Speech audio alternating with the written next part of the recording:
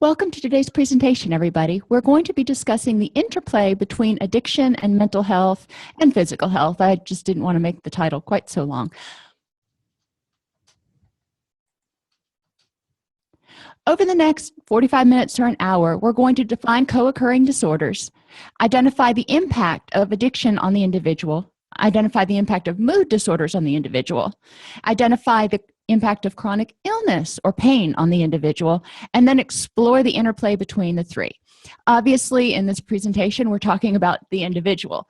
We know that as a person's mental health or physical health decompensates, there will be effects in their relationships and which will have kind of reverberating effects, but we just don't have time to cover all of that in this hour. So right now we really want to just look and understand the interplay and why it is so incredibly important to treat the co-occurring disorders concurrently, not prioritize and go, well, we'll treat this one, and then, you know, when that one's cured, we'll treat this one, and go down sort of a linear thing, which takes me to my next slide.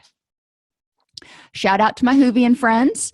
People assume that time is a strict progression of cause to effect. From a nonlinear, non-subjective point of view, it's more like a big ball of wibbly-wobbly, timey-wimey stuff. This is true about co-occurring disorders too. It's not linear. You can't say this caused this and then this caused this. They have reciprocal effects and they feed back in on each other.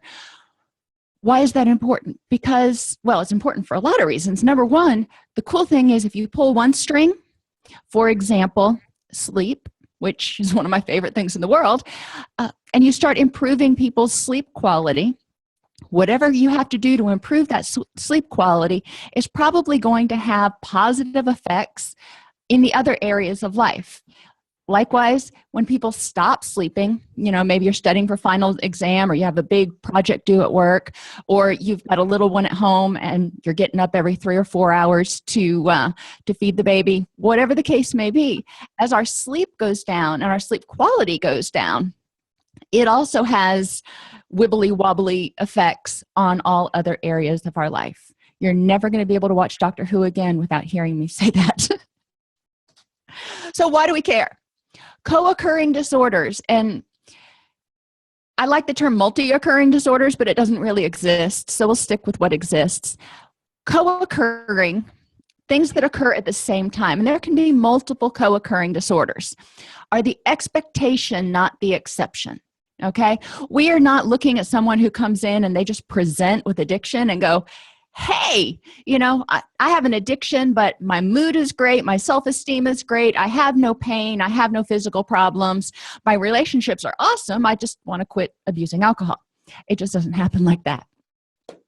So what we need to do is understand the person as a whole. A person who's sober, for example, but depressed is at risk for relapse into addiction. When you have someone in early recovery, and they're not using alcohol, so they're clean. They may not have really mastered all of those new coping skills and coping tools yet, and that new lifestyle,